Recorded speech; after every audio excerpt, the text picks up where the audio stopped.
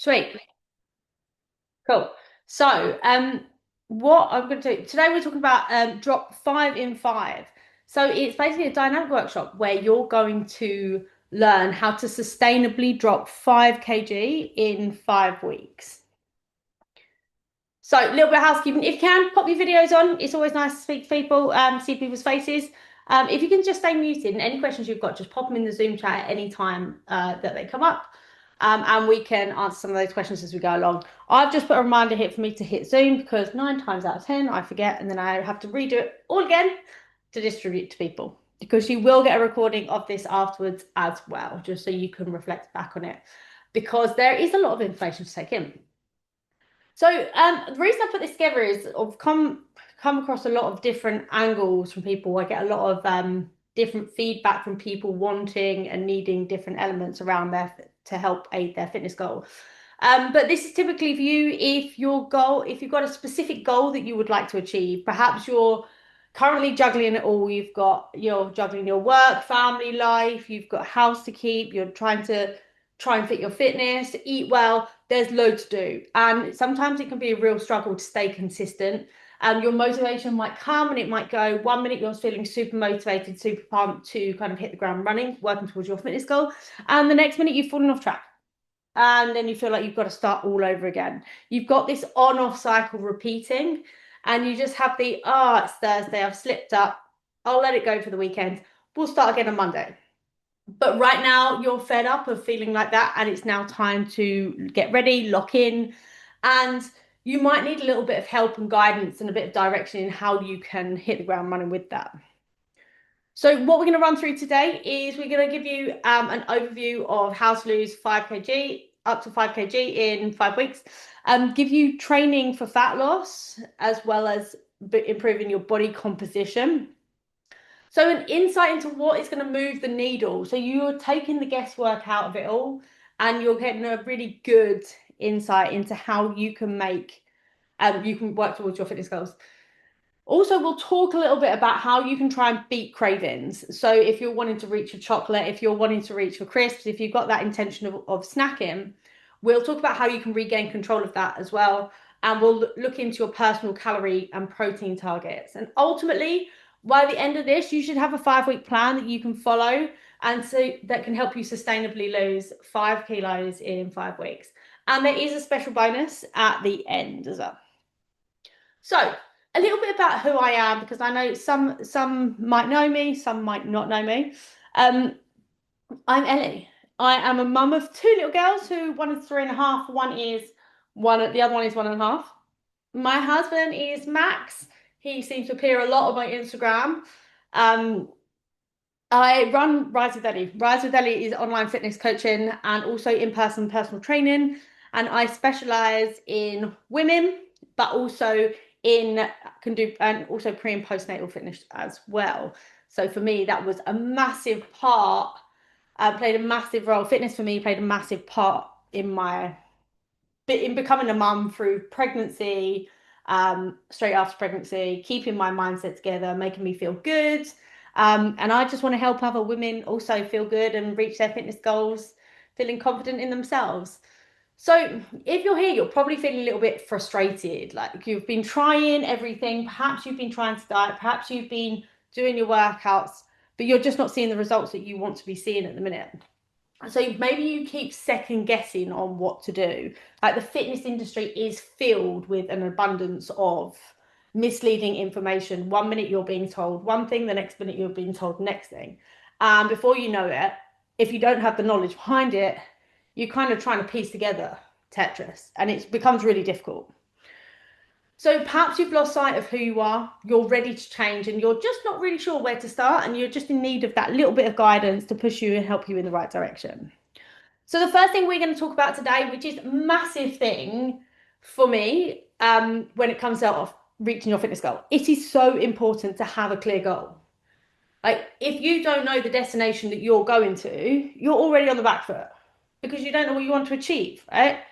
So that's why it's so important. If you set your goal, it's going to keep you intentional.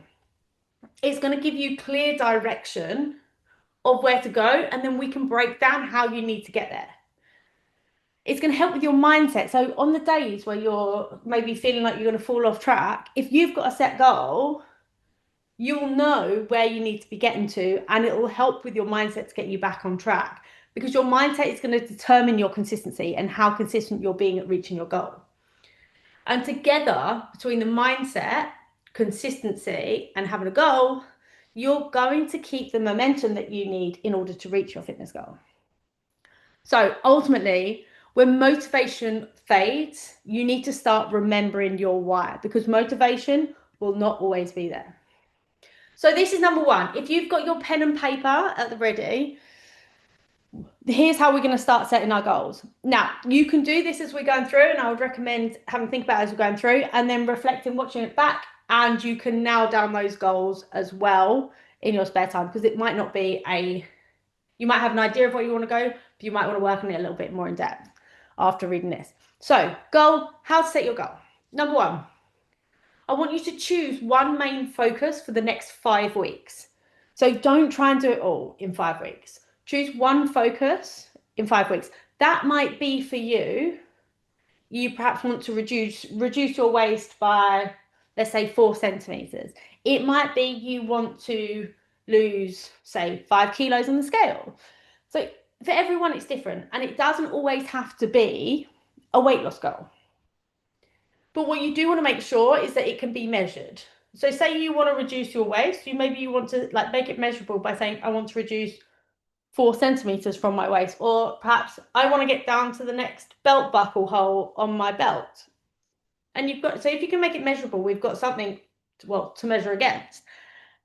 The third thing is you need to really be making it meaningful. And by that, I mean like digging deep into how you feel. Like, how do you want to feel? How do you feel now? And how do you want to feel on your journey towards reaching your fitness goal? And how do you want to feel? Get really present. How do you want to feel when you've accomplished it?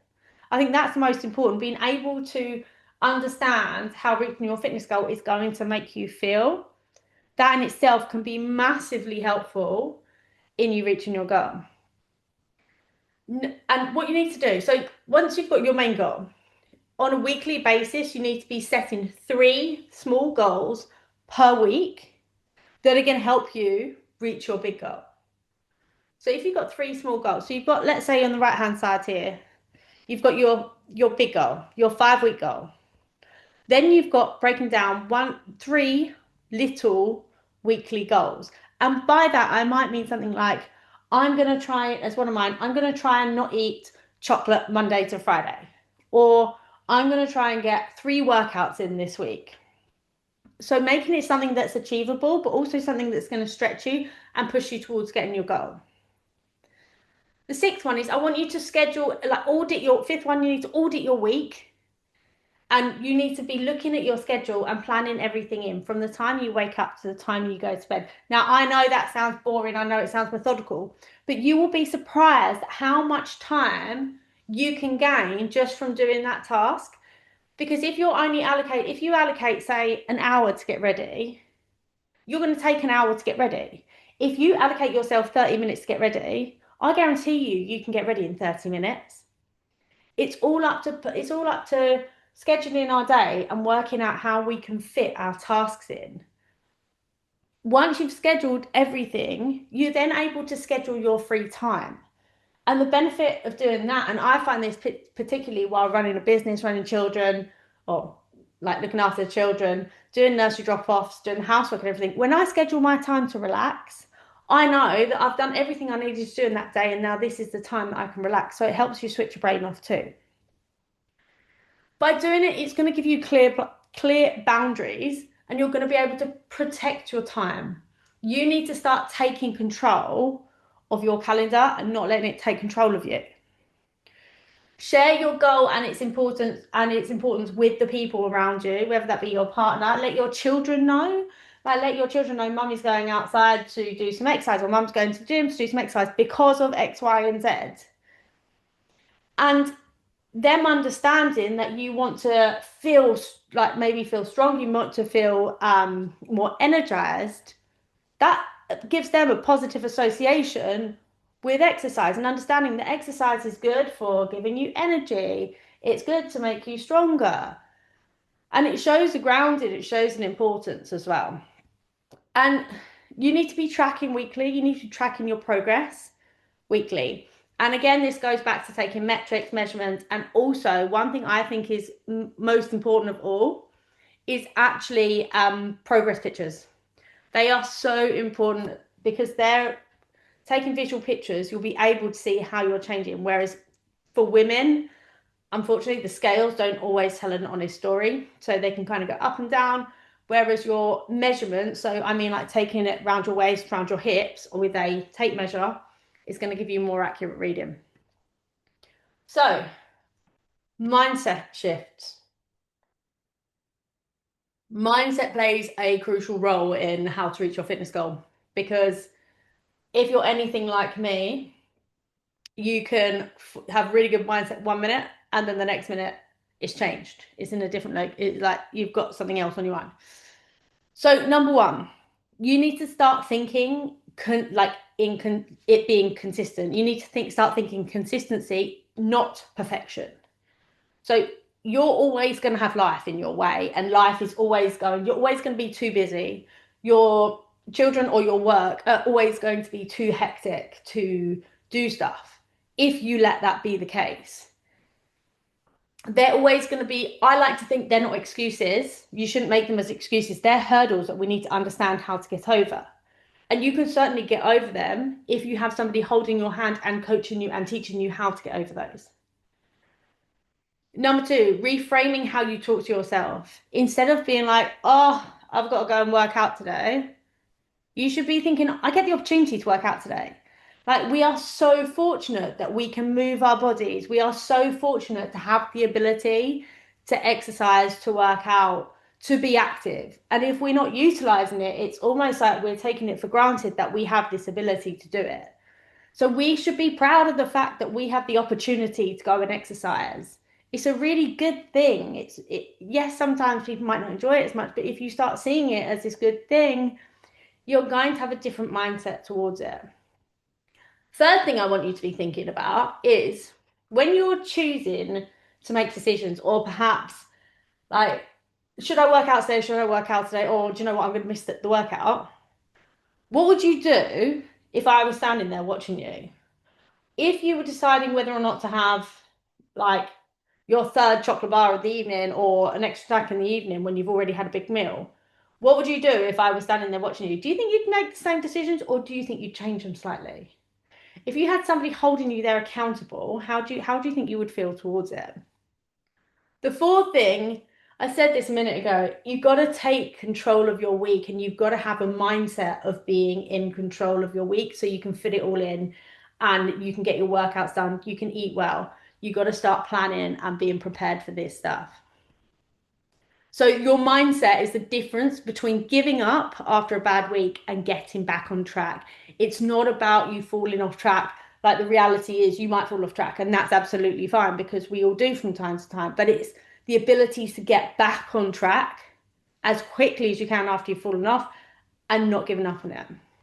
So I want you to remember this, please. So discipline is the bridge between goals and accomplishment. So let's talk a little bit. We've covered mindset. Let's talk a little bit about the nutrition side of things, because nutrition, you can't exercise alone. Exercise alone is probably not going to get you towards your fitness goal. You need to be thinking and being mindful about what you're eating as well. And I know we're all guilty of wanting to reach for the chocolate bar in the cupboard or have a little pudding after dinner. Like, we're all there, we're all guilty of it, and it's not a bad thing. But we just need to tackle it, right? So why do we ultimately need good nutrition? Well, we need it to maintain a healthy weight. It supports our immune function and it reduces the risk of chronic diseases. So when it comes to nutrition, we need to be focusing on having a healthy, balanced diet, a well-balanced diet. I always like to think of trying to get as many colors on your plate. So when you're looking at different types of salads, fruits, vegetables, like having them all on one plate, so lots of different colors on your salad is really good because each different color has different nutrients behind it. different minerals and things. So it's really important to get as many colors on your plate as possible and looking for the nutrient-rich food and opting for whole grain over white when it comes to those carbs. Now, I'm not against white carbs, and you'll hear me talking about carbs a lot in a minute. I am not, this is my disclaimer, I'm not against carbs, but there is a time and a place and when to eat them. So, this is a big one. You probably hear this all the time. You need to be eating in a calorie deficit. But what actually even is a calorie deficit?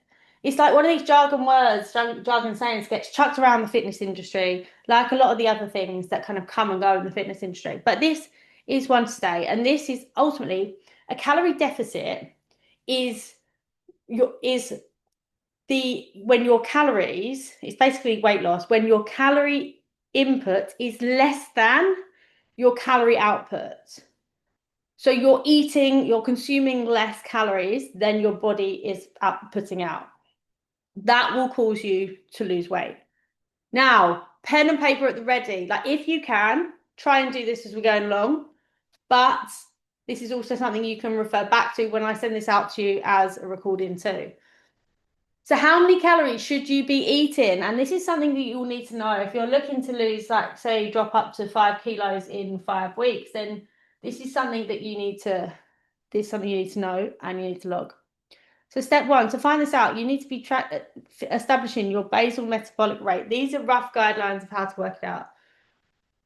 So I've got the equation there. To figure that out, your basal metabolic rate is essentially the amount of calories your body needs to just function. I don't mean to walk, talk, anything like that. I mean to literally just be your heart pump the blood around your body. That is your basal metabolic rate, your BMR. So to do that, you need the calculation is in front of you, but 10 times your weight in kilos plus 6.25 times your height in centimeters and minus 5 times your age in years minus 161. So that will give you your basal metabolic rate. From that, you need to step 2. You need to then establish what your total daily energy expenditure is. So this is basically what's also known as your maintenance calories. So this is the amount of calories that your body needs to function on a day-to-day basis based on your current activity level. So you take your BMR and you times it by your activity level. So let's say, for example, whether you're lightly active, so you're exercising, say 1 to 3 days a week, you will times your BMR by 1.375. And once you've done that, that will give you your maintenance calories. So if you were to find out your maintenance calories, they are your average, they're about the right amount of calories that your body needs every single day if you want to maintain your weight and continue on at the activity level you are. That's where you will stay. But we're coming at it today from the angle of wanting to lose weight, which, everyone's got a different fitness goal. But if you're here because you're wanting to lose weight, then what you need to be doing is eating in this calorie deficit. And as we just described before, calorie deficit is your calorie input being less than your calorie output. This will help you lose weight. This will cause you to lose weight. So to find that, you need to take your maintenance calories and minus 500 calories. Typically, a sustainable calorie deficit is between 300 to 500 calories per day from your maintenance calories. But if we're looking for maximum results and you're wanting to lose 5 kilos in 5 weeks, I would recommend going for the higher end of the spectrum for this exercise and it being looking around taking away 500 calories per day. But everybody's different, and I'm very happy if you want to drop me a message after. We can talk about what calorie deficit is right for you. I'm very happy to help with that too. So from this, you should have your BMR, your maintenance calories, and also the calories you need to be eating in a calorie deficit. Next things next, protein. And protein is a massive topic. And if you've seen any of my posts, if you have listened to me talk before, I talk a lot about protein. The whole fitness industry talks a lot about protein. So protein is essential when it comes to you reaching your fitness goal. And the reason being, if you are wanting to build and preserve lean muscle, you need protein to do that. What it's going to do, protein is going to help you build your muscle, preserve your muscle. It's going to support recovery and your training performance. And most importantly, if you're somebody that's going to have you have a tendency to reach for the snacks, reach for the cupboard, or perhaps you have this like you're not feeling full, you're always craving that little bit more. I would probably say 9 times out of 10 it's because you're not eating enough protein. Because protein's what's going to keep you fuller for longer, and in turn, that is going to reduce your cravings for other food. It's going to reduce your hunger, and it's going to improve your body composition because ultimately, if you're doing strength training, your protein is going to build and repair your lean muscle. And the more muscle you have, the more calories you burn, even at resting. But how much protein is enough? Now it's time to get your pen and paper back out again. So we figured out how many calories you need to be eating in a deficit. And now we need to figure out how much protein is enough for you and what you need to be eating. So I would say, as if you're a woman looking to lose weight, but at the same time maintain your muscle mass, you need to be eating about 1.6 to 2 grams of protein per kilo of body weight per day. So let's take me for example. If I'm 65 kilos, I need to be eating between about 104 to 130 grams per day.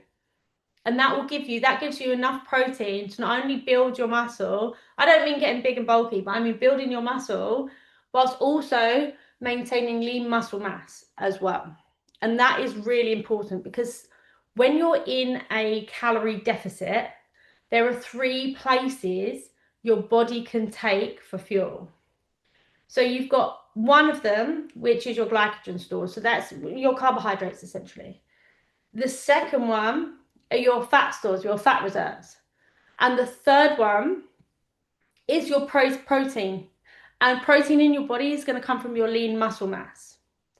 So the most crucial thing when it comes to wanting to lose weight, but keeping a good body composition, you need to be making sure you're fueling your body with that protein so that your body is keeping up the level of muscle mass, and the body is going to more likely take from the carbohydrate stores and also is going to take from your fat reserves, not from your muscle mass.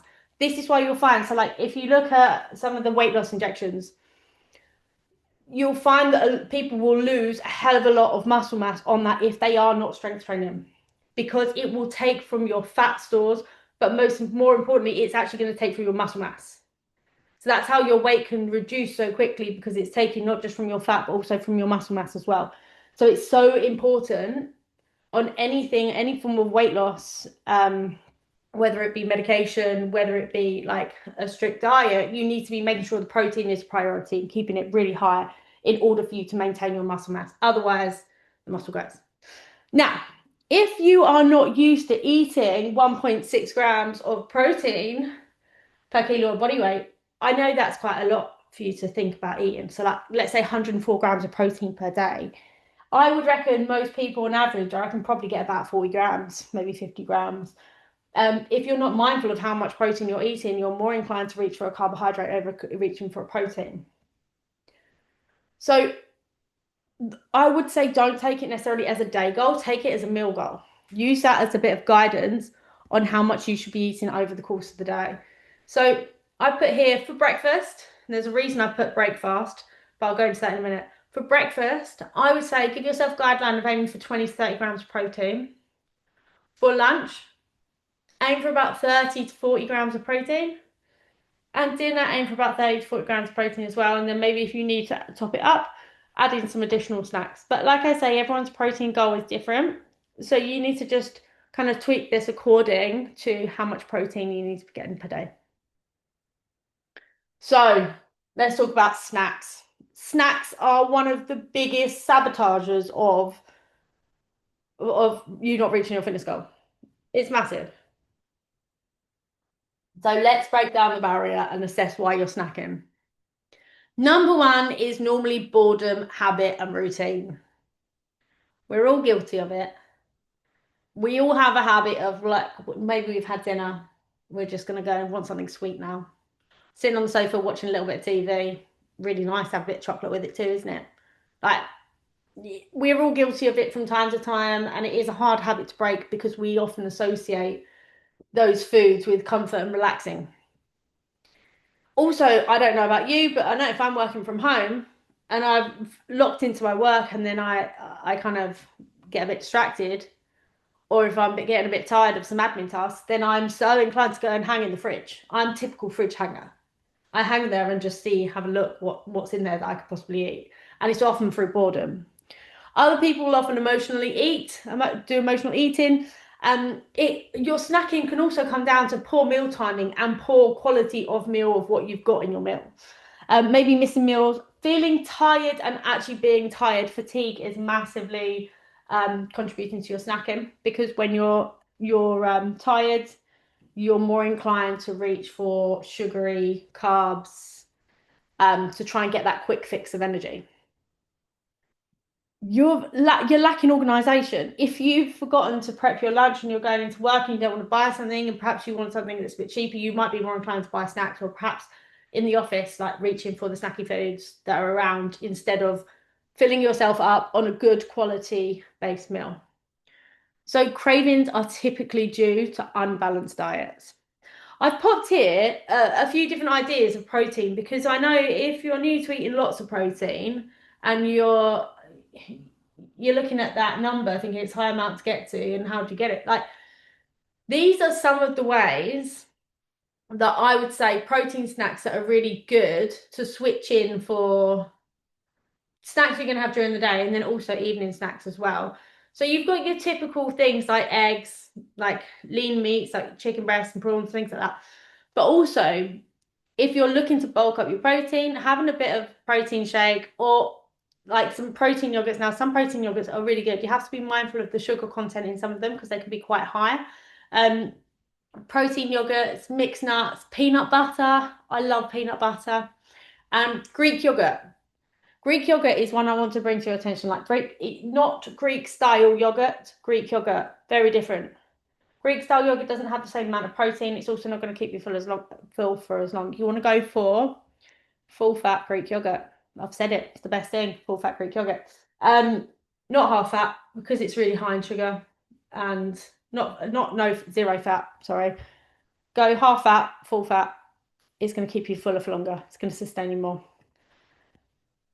Now, because we're talking about this 5 week goal, 5 week goal, I would say intermittent fasting is a really good thing to be doing for some people, for most people.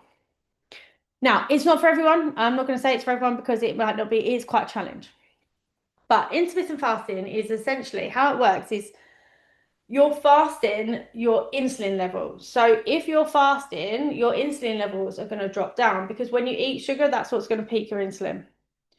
Your insulin is your gateway to your fat loss. So when you eat food, particularly carbohydrates or anything sugary, your insulin spikes. If your insulin is up here, your body is not focusing on burning fat. It's focusing on distributing all the carbs around your body. So instead, the aim of the game is to try and keep that insulin a bit lower. If we're keeping the insulin lower, we're opening the door to your fat reserves. So your body is spending more time and more energy burning the fat than it is concentrating on your insulin being spiked and distributing things around. So we want lower insulin where we can if you're looking to lose weight, and intermittent fasting is a really good way of doing this. There are different types of intermittent fasting, but typically the ones I work with my clients with are 12-12, so 12 hours on, 12 hours off, or 16-8. Now 16-8 is quite a challenge, and I wouldn't necessarily recommend it unless somebody has got a particular like resistance to insulin, and if they are really on a mission, let's say. So it's a challenge. So you start eating at 12 p.m., you finish eating at 8 p.m. And during that time, you can have water, black coffee, like mint tea or something, but no food and no like milky coffee or anything like that. The key is so important when you're doing this to keep hydrated. And you need to, during those hours, you need to still be eating the amount of calories in your deficit that you need. And you need to be eating the protein intake. It's just a smaller eating window. It's not recommended for everyone, but it is really good if you've got, like, let's say, stubborn fat to lose. It's also it's really good for your cognitive performance. Like, not everyone sees this, but I find when I fast, and I know a lot of my clients do as well, their their brain is just more switched on. You can function at a higher level once you get into the swing of it, and I find it really beneficial. So, stubborn fat. Now, a lot of people come to me saying that they've got stubborn fat. And it might be that you're doing the right things. It might be that you're not doing the right things, but you're just not mindful of the fact you're not doing the right things. But let's talk about it a little bit more. If you truly think you've got stubborn fat, then these are two things I would say you seriously consider, not only when you're on a weight loss journey. You don't have to do this the rest of the time if you don't want to. But if you're on a weight loss journey, the first thing I would probably say to you is intermittent fasting. Going for the 12-12 or the 16-8. We just covered that. I would probably say start with the 12-12, see how you get on, ramp it up a little bit with the 16-8. So I've got one of my clients, Vicky. She came to a bit of a plateau. And she said that this had happened to her over and over again. This isn't the first time it had been happening to her. But she's notoriously got to, I think it's about 82 kilos, and she can never get past that point. And I'm determined. I want all of my clients to win. Absolutely want all my clients to win. So I was like, how can we get over this? So I see them as hurdles, and we are going to get over these hurdles. But so what we tried to do is we tweaked a few things in her diet. We brought in intermittent fasting, going for 16-8, and she is dropping her weight each week. So now she went from plateauing to now losing. She lost 1 kilo the first week, 2.5 kilo, 1 kilo, 1.5 kilos, and then 1 kilo. Like, it keeps coming off her about kilo per week. So I would recommend doing that because it will help your body take your weight loss to the next level. Second thing, lowering your carbs under 60 grams per day. Now, this is not for the faint-hearted. It is probably one of the hardest things to do, but it goes back to the insulin thing.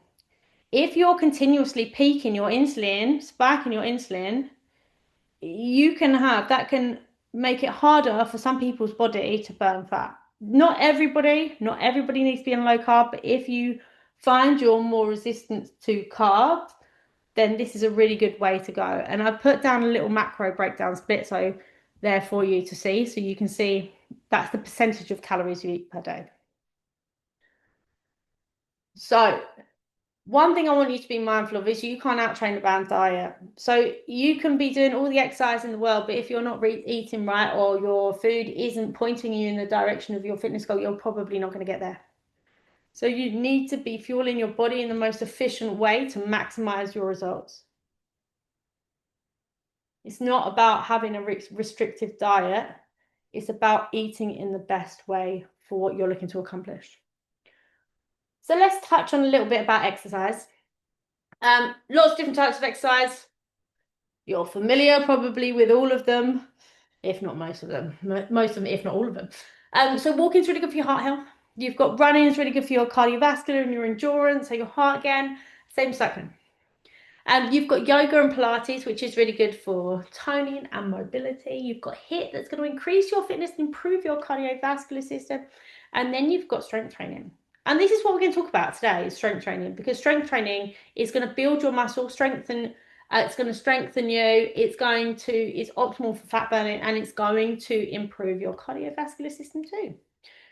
So strength building is what is going to get us fitter, stronger for the future, so that when we're going into our 40s, 50s, 60s, 70s, we're able to move. We got good mobility. We can be strong. We can be there for the rest of our family. Perhaps we can see our grandchildren or our grandchildren's grandchildren.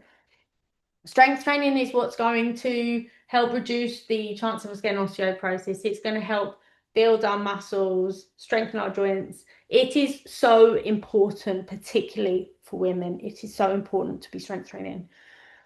So why is strength training good? Because it's, well, I've just listed off a few of them before I'm reading it. So it's improving your mobility. It's going to help with your day-to-day activities. So like carrying bags, pushing prams, picking things from top shelves, like lifting up heavy stuff. It's really important for our general how our body functions. And it's also going to increase your metabolism, and you get this afterburn effect. So while some people might compare, oh, I've been on a run and I burnt 500 calories, but I did a strength workout and I only burnt 300. Some people think of the running as the better option for fat burning. Thing is with strength training, whilst you're burning lower calories, fewer calories while you're doing the exercise, you have an afterburn. So you're going to be burning a higher amount of calories through the day. Not only are you going to be burning a high amount of calories through the day, but also you're building your muscle mass. And the more muscle mass you have, the more calories you burn even at resting. So if you're sitting watching TV, two people sitting watching TV, the person with the higher muscle mass is going to burn more calories than the one with the lower one. So you can burn calories even when you're sitting watching TV. But let's look into the different types of exercise. So you've got a range of different types of strength exercises. So these are some of the words like strength, some of the exercises you might know. So like squats, sit-ups, you've got lunges, bicep curls. Then also you've got moves that you need to be doing, types of exercise that you need to be doing and thinking about for fat loss too. So things like compound exercises. So compound exercise means that you're working multiple muscle groups at one time. So you're going to maximize your results, and it recruits multiple muscles during one exercise. You've got supersets, which is two exercises that you do back to back, often working the anterior and then the posterior chain of your body. So you're, say, working the front and then the back. So your back is resting while you're working your front and vice versa. This is going to optimize the time you're working out for. So perfect for those people that are short on time, because you're doing almost double the amount of work in a small space of time. So you're going to maximize your results. If you're doing it strategically, may I add, like working the opposite sides of the body. Progressive overload, so increasing your resistance, increasing your time under tension, how much resistance is going onto your muscles for how long, essentially. And isometric hold, holding the muscles in position. So what exercise should we be doing weekly? So drawing this back to our goal of wanting to lose up to 5 kilos in 5 weeks, you need to be doing this. I would recommend for you to be getting to that space, like doing three workouts a week, three strength workouts a week would be a great starting point. Starting at 3 30-minute workouts per week is a really good starting point. Optimal, like if you want to maximize that a bit more, you go to 4 workouts a week or 3 workouts at 45 minutes. So anywhere between 3 to 4 workouts, about 30 to 45 minutes per workout. You want to be including things like those compound movements. And you want to go into your workout having a clear plan. Now, I'm all about saving time in the gym. I don't want anyone going to the gym spending hours and hours and hours if they don't need to. And if they feel like that's going to hold them back from reaching their fitness goal, let's look at how we can optimize your workout schedule to make sure you're maximizing your results in the gym in the least amount of time, or the time you have that's realistic to your lifestyle. Then you've got, so clear workout plan, knowing how many sets of what exercises you're going to be doing and how many reps in each set and how much rest time, because rest is so important. Rest is when your muscles are going to start repairing, and it's going to give you the chance to recover so you can go into your next set feeling more energized and ready to go. You also need to be thinking about whether you can do this, you can do your strength workouts at home or at the gym. Like both work. I personally work out from home. I've got some weights at home and I've been doing that for years. Recently, I've been dabbling more into going to the gym because I work a lot at home and sometimes I like to have a change of scenery. But ultimately, you can get really good results from working out at home with just dumbbells and a few basic bits of equipment. You also want to be looking at per week and your step count. Now, this is subjective to individual based in on an individual basis based on what you're currently doing and what goal you're looking to achieve. But I would say a really good guideline is like aiming to get for about 8,000 to 12,000 per day. If you're currently doing, if you have an Apple Watch or any form of smartwatch, or if, even on your phone will be counting a fewer amount of calories that you're burning, it's a few amount of steps, sorry, that you're burning per day, because you probably don't take it absolutely everywhere with you. But it's even that's a really good baseline, because what you can be doing from that is adding on 10% to say if your watch is telling you at the moment your average daily step count is 7,000, I want you then to be aiming for 8,000. I want next week for that to be saying that you've averaged 8,000 steps. So you've increased that by about 1,000 a day. And you need to be gradually increasing that based on what is doable for you, what is possible for you, but something that's going to be challenging, but it's not going to be completely disruptive of your life, because that will kind of go against you reaching your fitness goal. So now I'll put together here for you guys a little 5-week checklist. Each week you do the same thing. And these are the points that I would like you to be focusing on each week. So all these things we've run through. So number one, setting 3 weekly goals. Number two, you want to be scheduling your workout sitting on a Sunday night or at the beginning of the week. Do it today for the next week. Scheduling when you're going to do your workouts and making them non-negotiable. Telling everyone that you need to, that you've got this workout to do and you've got to go and stay and you're going to do it. Make it non-negotiable. You wouldn't miss an NHS appointment that you've been waiting 3 months for, so don't miss your workouts. Try and get them in at whatever it takes. Be disciplined about it. Plan your meals for the week. If you don't plan your meals, you're more inclined to snack, and you're not going to you're going to find it harder to reach your protein goals. If you can schedule and plan what you're going to be eating and use it more as a menu, one, it's going to take away the decision fatigue, and two, it's going to make you're going to be eating towards your calories and your protein goals, and that's what's going to take you further towards your reaching your fitness goal.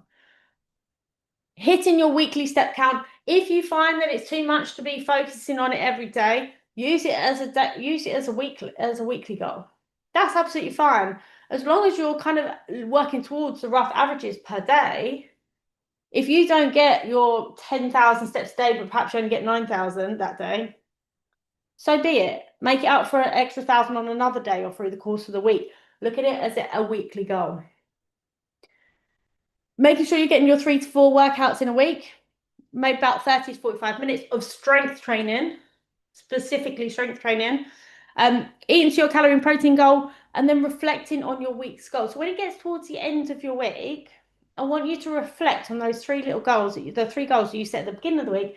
See how you did with them, and what went well, what needs tweaking, and what you're going to work on this week. And then you can reset. You can either use the same goals or reset, tweak them for the next week. Each week, take your metrics, your measurements, your scale weight, and your progress pictures, and also, most importantly, how you're feeling. Document how you're feeling, what's making you feel good. How about after you've done your exercise? How's that making you feel? Has that improved your life? Is it making you more productive at work? Does it make you happier? Does it make you more energized? Or are you feeling more fatigued, but you're feeling motivated? Like, document how you're feeling so you can reflect on everything and how it's impacting you. So let's just review what we've gone through. So you've got an understanding of the foundations of how to essentially lose weight, build muscle, and have a good mindset. You've got a knowledge now of training for fat loss, what exercises you need to be doing.